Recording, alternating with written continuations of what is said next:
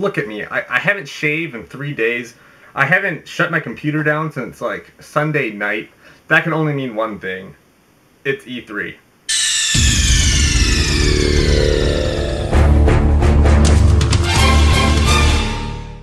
All of the companies and third parties have given their press conferences. I uploaded my live reactions to some of the biggest game reveals. Now it's time to talk about each conference. Unfortunately, I'm still in this video format. I think this is kind of boring, just me sitting behind some Nintendo posters, even though I'm not going to be talking about Nintendo right now. I tried to put a light just to make it tends to get really dark, but now it kind of seems too bright. But I'm just going with it, so bear with me as I'm still trying to figure out my new filming technique. Bethesda kicked off E3 going on Sunday night before everybody else, and they don't usually do a press conference. I don't think this is like their first time, so we knew that what they were going to be showing had to be, you know, worthy of an actual conference, and boy were they right. I think out of all the third parties, so Ubisoft, EA, Square Enix, and Bethesda, I think Bethesda did the best out of all of them as far as conference-wise goes. And that's probably because they have Game of the Year, but I'll get into that later. They cut right to the chase, and first they showed off Doom 4, now titled Doom. And holy shit, did it look great. They gave a pretty lengthy demo, just showing you the world. I think it takes place on Mars this time, or at least you start there. Obviously, you're going to go to hell eventually. I'm not too familiar with the Doom franchise. I have played the original briefly, but I have not touched any of the other games, but I am excited about this new one because what they showed here looks great. Although it left me with a little bit of a worry. The game looks beautiful and they're obviously sticking true to what Doom is known for. The brutal gore and just, you know, over-the-top enemies and the ways you kill people and just the things you do. I mean, in the demo, he ripped off a dead body's hand and then used it to scan on a computer to gain access to a hologram. That's pretty fucked up, but pretty awesome. Enemies were coming all over the place. You get new guns, a super shotgun, and then eventually like a chainsaw. It was super cool. But it started to make me think, because, I mean, the demo went on for maybe 10 or 15, or it felt like 10 or 15 minutes. Not saying that I liked what I saw, but I'm just wondering, is it going to get repetitive? Because it was just him going around, and then eventually, you know, guys would come out and start attacking you, and you'd kill them, and then you keep going, and then it happened over and over again. Now, I know that's what the original, at least the original Doom did, and even if that is what the game does, it doesn't mean that it can be bad. I'm just wondering if the way they're going to handle it, if it's going to be the best way. Because you can use that formula and keep it fresh and fun with new enemies, you know, different ways, forcing you to use different ways to take out enemies, stuff like that. Overall, I was really impressed with what I saw. And then they showed the new multiplayer features, like the snap map they're calling, which just gives you total free customization to make your own maps and own game modes. Totally building the units you're playing in and stuff like that. Just like from the tiniest details, like setting what boxes you want around the area, and then like torches coming out, and then the enemies, where you spawn, stuff like that. It's really, really in-depth stage customization, and that is great for those people who like that stuff. I'm not the person who is gonna really get into that, like Little Big Planet, stuff like that. Those games aren't my thing. But I do like playing what other people play, and if there's like a, you know, an easy way to find the best creations that are on this new Doom, that'll be great for me. And obviously this will be outstanding for the people who do love to go in there and create their own stages. They gave us a release window of spring 2016, so we don't have to wait much longer. And then they showed us more gameplay in the place that the series is known for, hell. And again, blown away. It just looks beautiful. But I was still noticing the repetitive nature of it. Again, that's just a demo. I'm going to move on to the next stuff. Doom, very excited for it, and loved what I saw. Next, they showed off a new game from their newly formed studio, Battlecry Studio, called Battlecry. Now, they didn't touch on this long, and it's a PC game, but from the trailer they showed, it did look pretty interesting. It looks kind of like Team Fortress, but without any guns, and it's all, you know, like close quarters combat. You're using like swords and different weapons like that.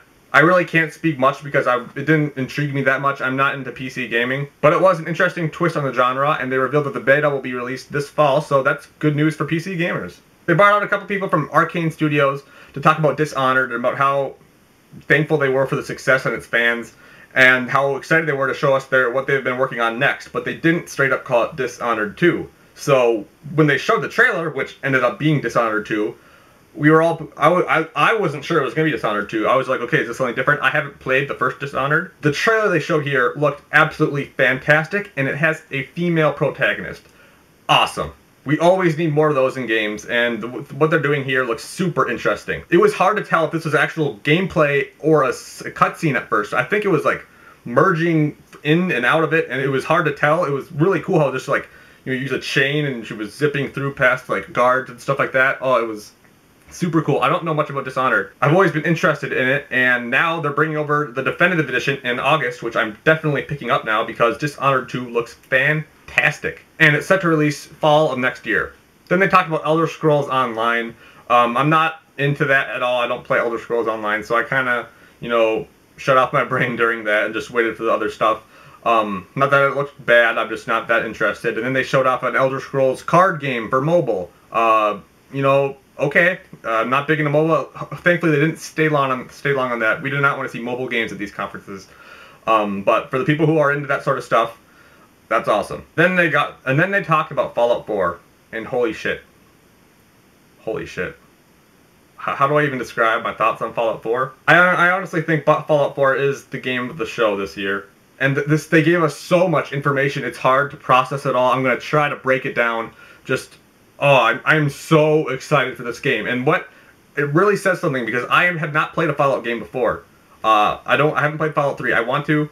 I actually have the original Fallout on my computer, and I've tried playing it before, but I mean, it's not from Bethesda. It's a very different sort of game. But Fallout 4 has me so excited, so much so that I'm saying it is definitely my second most anticipated game of this year, right after Metal Gear Solid 5. The things you can do in this game, it's like you can do everything you can possibly want. I can already tell I'm going to be spending hundreds and hundreds of hours on this game.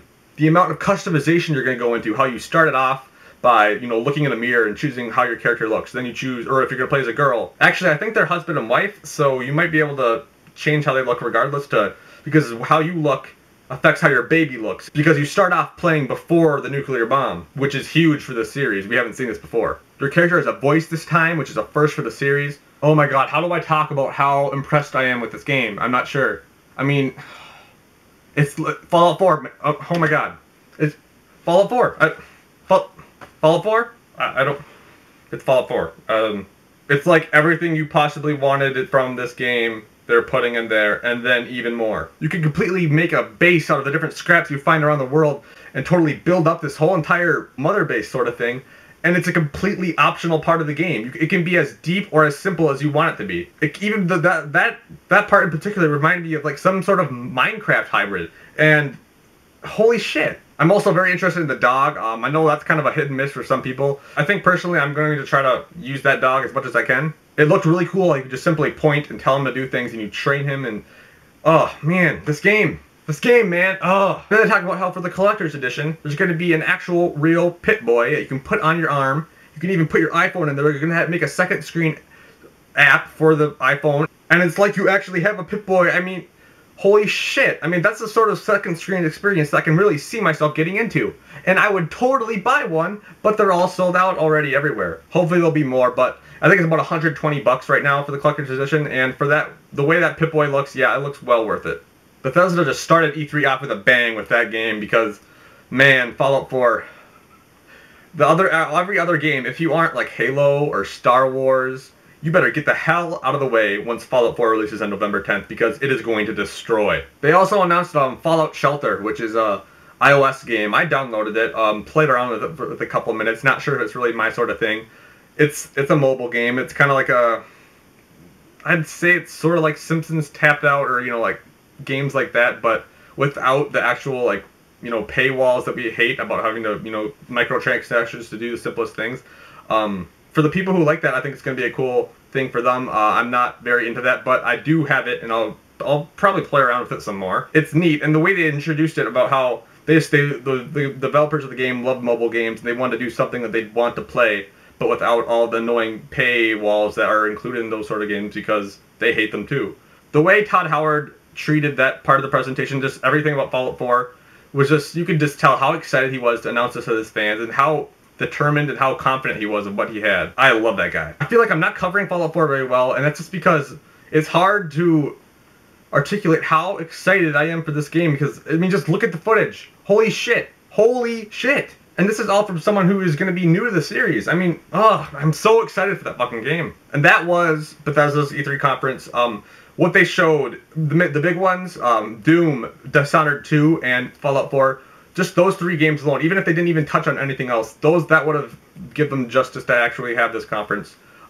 Very glad they did this, because Fallout 4 needed that time. We needed to see all that amazing stuff. Super impressed with Bethesda. Fallout 4 is probably the game of the show for me. And yeah, that's about all I have to say about Bethesda's conference. They did an amazing job Definitely, out of the third parties, they were the best. What did you guys think about Bethesda's press conference? Are you as amazed by Fallout 4 as I am? Are you excited for Doom? How about Dishonored 2? Or if the Elder Scrolls Online stuff was your cup of tea, what do you guys think? Let me know in the comments below. I'll be coming to you guys next with my thoughts on the Microsoft conference, which was excellent. Stay tuned for that soon. If everything goes as expected, that should actually be uploaded shortly after this video. So yeah, thank you guys for watching, and until next time, take it easy.